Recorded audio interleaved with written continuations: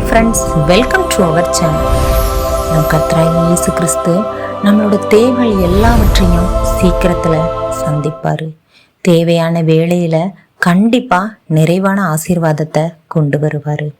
ஒரு அழகான சிறுவன் தினந்தோறும் சோகமான முகத்தோட பள்ளிக்கு சென்று வந்து கொண்டிருந்தான். ஏன் அவன் இவ்வளோ சோகமாக இருக்கான் அப்படின்னா, அவன்கிட்ட இருக்க பென்சில் பாக்ஸில் பென்சிலோ, எரேசரோ, பேனாவோ, சின்ன துண்டு சாக்பீஸ் கூட அவன்கிட்ட கிடையாது.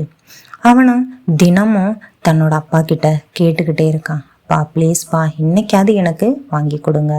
தினந்தோறும் அவங்க அப்பாவும் இன்னைக்கு வாங்கித்தரேன், நாளைக்கு வாங்கித்தரேன்னு சொல்லிட்டு அவளோட இயலாமையை அவன்கிட்ட தெரிவிக்காம வாங்கித்தரேன்னு சொல்லி சமாளிச்சுக்கிட்டே இருக்காரு. ஒரு நாள் இவனுக்கு ரொம்ப அழுகையா போயிருச்சு.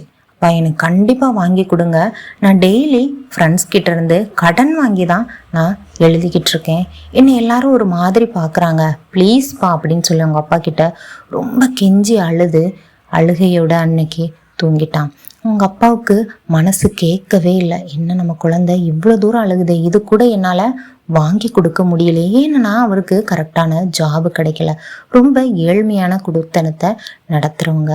அவங்களோட அன்றாட சாப்பாட்டு தேவைகளை பூர்த்தி செய்யவே அவங்க ரொம்ப கஷ்டப்பட்டுக்கிட்டு இருந்தாங்க. மறுநாள் என்ன செஞ்சார், இப்படியே போய்கிட்டு இருக்க ஒரு நாள் அந்த குழந்தை ஸ்கூலுக்கு போயிட்டு எப்போதும் போல் ஸ்கூலில் போய் அவனோட பென்சில் பாக்ஸை ஓப்பன் பண்ணுறான்.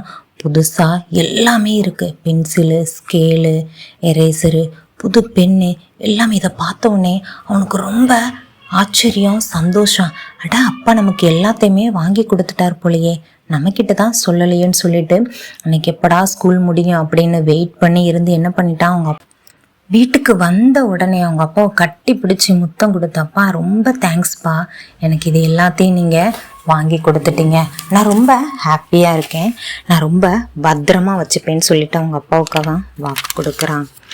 இதிலிருந்து ஒரு விஷயத்த நம்ம உணர்ந்து கொள்ளணும் ஃப்ரெண்ட்ஸ்.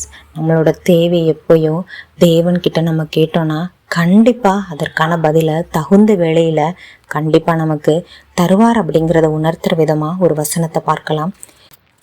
பிலிப்பியர் 4:19 என் தேவன் தம்முடைய ஐஸ்வர்யத்தின்படி உங்கள் குறைவை எல்லாம் கிறிஸ்து இயேசுவுக்குள் மகிமையிலே நிறைவாக்குவார். ஆமேன்.